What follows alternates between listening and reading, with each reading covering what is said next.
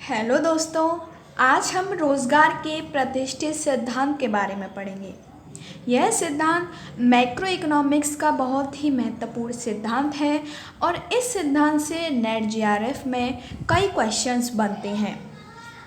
रोज़गार क्या है, किसी देश में रोज़गार का स्तर क्या होता है और यह कैसे निर्धारित होता है, इस विषय को लेकर प्रतिष्ठित अर्थशास्त्रियों ने अपने जो विचार दिए वह रोज़गार के प्रतिष्ठित सिद्धांत के नाम से जाने गए। यह सिद्धांत कई मान्यताओं पर आधारित है, इसलिए इस सिद्धांत को समझने से पहले हम इसकी मान्यताओं को विस्तृत रूप से जानेंगे। इस सिद्धांत की पहली मान्यता है बंद अर्थव्यवस्था। बंद अर्थव्यवस्था एक ऐसी अर्थव्यवस्था होती है जिसका किसी दूसरे देश के साथ अंतर्राष्ट्रीय व्यापार नहीं होता है, यानी उस देश का न तो निर्यात होता है और ना ही आयात होता है। उस देश में जितना भी उत्पादन किया जाता है उसका संपूर्ण उपभोग उस देश के निवासियों द्वारा कर लिया जाता है। इस सिद्धांत की दूसरी मान्यता है मुक्त अर्थव्यवस्था। मुक्त अर्थव्यवस्था एक ऐसी अर्थव्यवस्था होती है जिसमें आर्थिक क्रियाओं में सरकार का हस्तक्षेप नहीं होता है। सारी आर्थिक क्रियाएं किसके द्वारा संचालित होती हैं? बाजार तंत्र द्वारा संचालित होती हैं। किसी भी वस्तु का निर्धारण उस वस्तु की मांग और उस वस्तु की पूर्ति द्वारा निर्धारित होता है। इसकी तीसरी मान्यता है पूर्ण प्रतियोगिता। पूर्ण प्रतियोगिता दोस्तों इकोनॉमिक्स की लगभग हर थ्योरी में आपको पूर्ण प्रतियोगिता की मान्यता देखने को मिलेगी। पूर्ण प्रतियोगिता एक ऐसी स्थिति होती है जिसमें क्रेता और विक्रेताओं की संख्या बहुत ज़्यादा होती है। उन्हें बाजार का पूर्ण ज्ञान होता है। बाजार का पूर्ण ज्ञान होने की वजह से सभी जगह वस्तु की कीमत कैसी होती है? एक समान होती है। तो यह स्थिति कैसी होती है? पूर्ण प्रतियोगिता। इस सिद्धांत की चौथी मान्यता है श्रम व पूंजी की पूर्ण गतिशीलता। यह मान्यता इस सिद्धांत की बहुत ही महत्वपूर्ण मान्यता है क्योंकि इसमें इनको पूर्ण गतिशील माना गया है। ऐसी स्थिति में पूर्ण गतिशीलता की स्थिति में ये साधन हमेशा रोजगार युक्त होते हैं, यानी एक जगह जब साधनों की श्रम और पूंजी का अगर रोजगार छिन जाता है तो वे दूसरी जगह जाकर दूसरा रोजगार प्राप्त कर सकते हैं। इसकी पांचवी मान्यता है श्रमिकों में मुद्रा भ्रांति का अभाव। दोस्तों मुद्रा भ्रांति क्या होती है? जब श्रमिकों में मजदूरी को लेकर जो भ्रम होता है वो हमारा मुद्रा भ्रांति होती है। मुद्रा भ्रांति को समझने से पहले हमें मजदूरी को समझना होगा। मजदूरी कितने तरह की होती है? मजदूरी दो तरह की होती है। पहली होती है नगद मजदूरी और दूसरी होती है वास्तविक मजदूरी। नगद मजदूरी में मजदूरों को नगद मजदूरी दी जाती है, कैश के रूप में दी जाती है।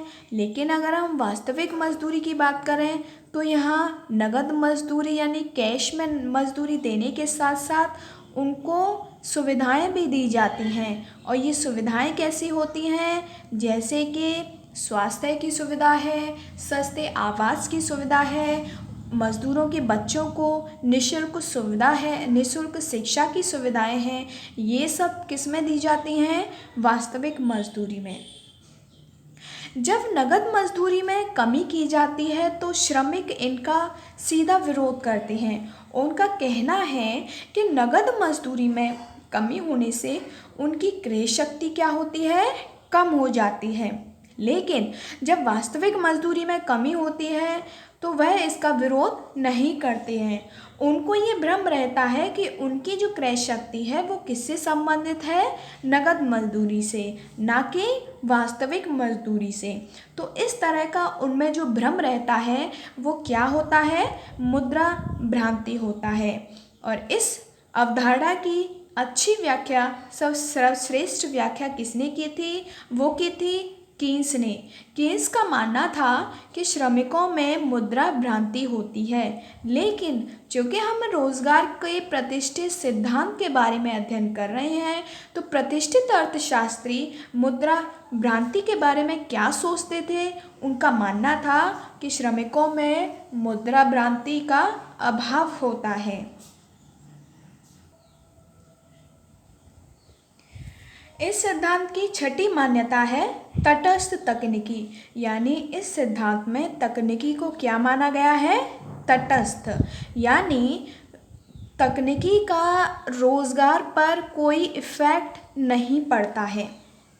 अगली और अंतिम मान्यता है विवेकशील व्यक्ति।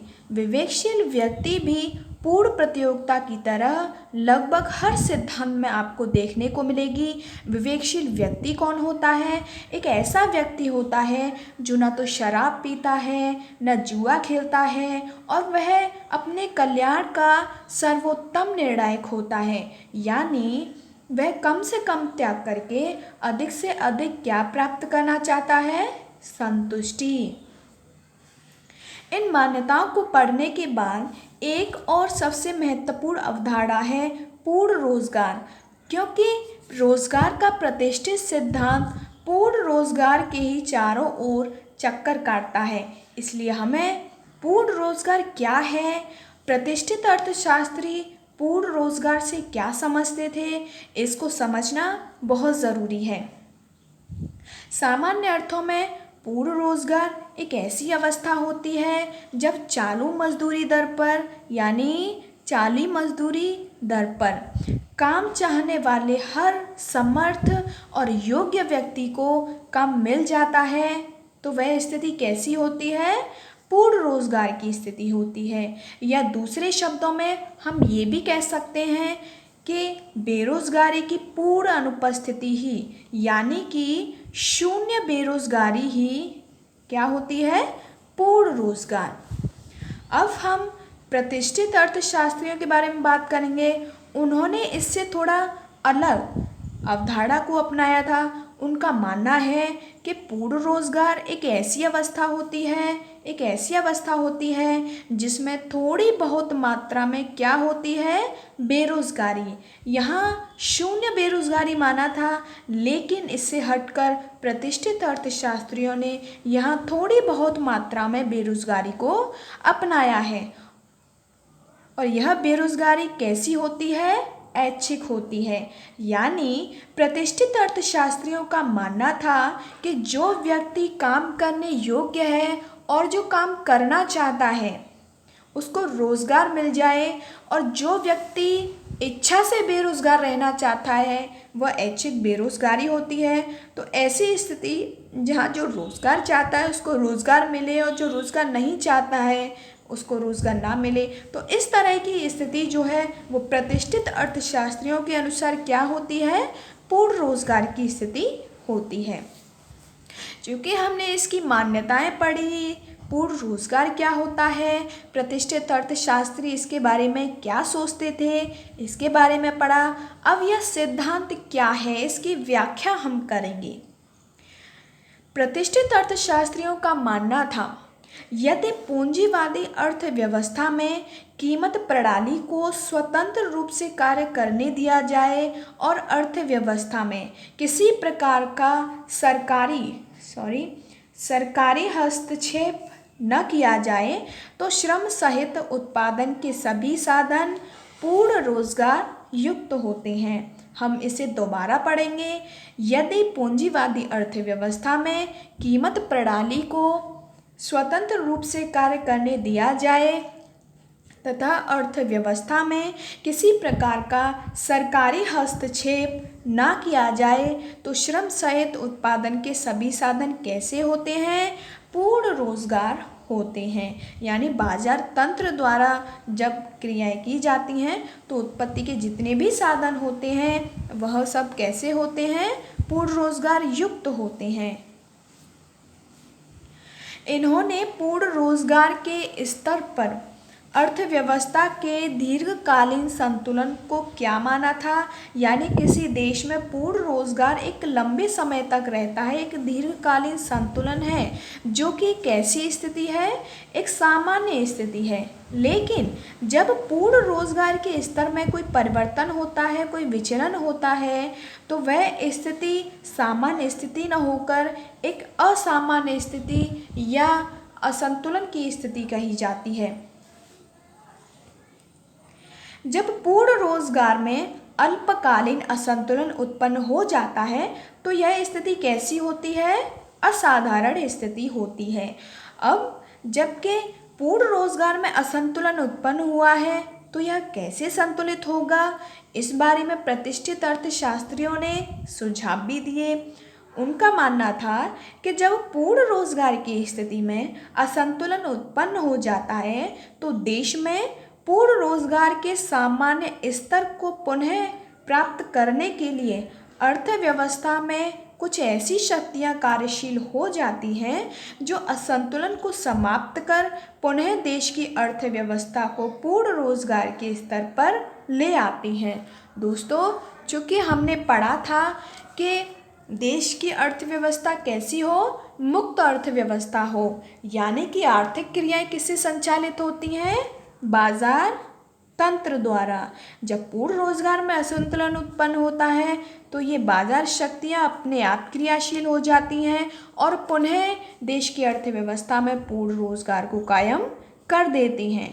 चूँकि पूर्ण रोजगार में परिवर्तन थोड़े टाइम के लिए होता है, इसलिए पूर्ण रोजगार जो है एक स्थायी स्थिति होती है।